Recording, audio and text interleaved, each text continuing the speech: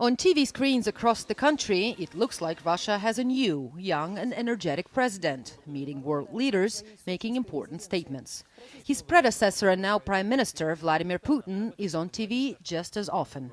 And political analysts say it is hard to tell the difference between the messages that the two men are delivering to the nation and the world. Yevgeny Volk is an analyst at the Moscow office of the Heritage Foundation, a think tank based in Washington. From Medvedev's policy that we saw inside of the country, as well as from his foreign policy, one thing is clear. This is a total continuation of policies that were set by his predecessor, Vladimir Putin.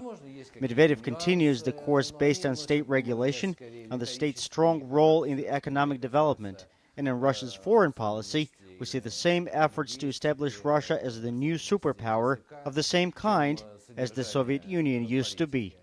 The superpower ambition became apparent in August during Russia's successful military campaign against Georgian forces in Georgia's separatist regions of Abkhazia and South Ossetia.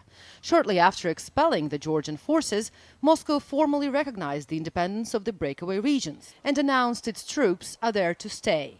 Russia's goal is to expand its sphere of influence, says Pavel Felgenhauer, an independent military analyst.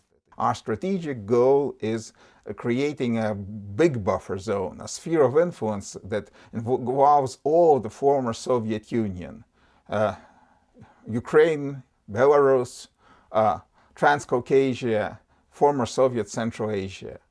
And that's where we want to dominate, and we want Western influence out. And no NATO membership, absolutely, for these nations. So it's not just simply a small annexation of land, which now it's sort of boiled down to. But the real Russian strategic intent is very different and much bigger. Moscow's relations with the United States deteriorated sharply following the campaign. Russia denounced the Bush administration for training Georgian troops and accused Washington of encouraging Georgia's attack on South Ossetia. For her part, U.S. Secretary of State Condoleezza Rice accused Russia of becoming increasingly authoritarian at home and aggressive abroad. Underscoring the strained relations, Russia has announced it will send its warships to the Caribbean this November to participate in joint military exercises with Venezuela, which has been buying Russian weapons. And at home, President Medvedev has ordered a massive upgrade of the country's armed forces. Prime Minister Putin has announced a 27% hike in defense spending next year to $53 billion. Analysts say while the West has a limited number of political tools to influence Russia's policies, the standoff with the West is likely to affect the Russian economy. In September and October, the Russian stock exchange fell sharply, resulting in a repeated shutdown of trading. A combination of fears over foreign capital outflows, falling oil prices and the global financial crisis caused the stock market falls and has led to a major loss of confidence in Russia among lenders.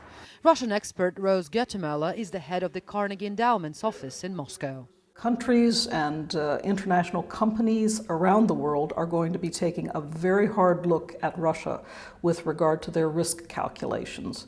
And Russia needs a lot of investment in order to repair its aging infrastructure, in order to build up its own international companies, in order to modernize economically. The Russian government has poured in billions of dollars into the banking system in an effort to ease liquidity concerns.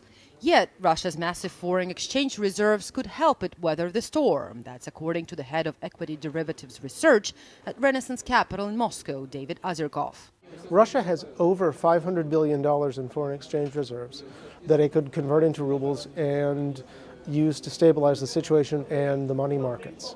And that gives it a cushion that many other countries don't have. While constitutionally it is the president, not the prime minister, who is in charge of Russia, the Russian-Georgian war underscored who holds the real balance of power in the Kremlin. During the first days of the war, it was Vladimir Putin who flew down to South Ossetia and met with the military, just as he did during Russia's military campaign in Chechnya, when he held the post of president. Anya Ardayeva for VOA News, Moscow.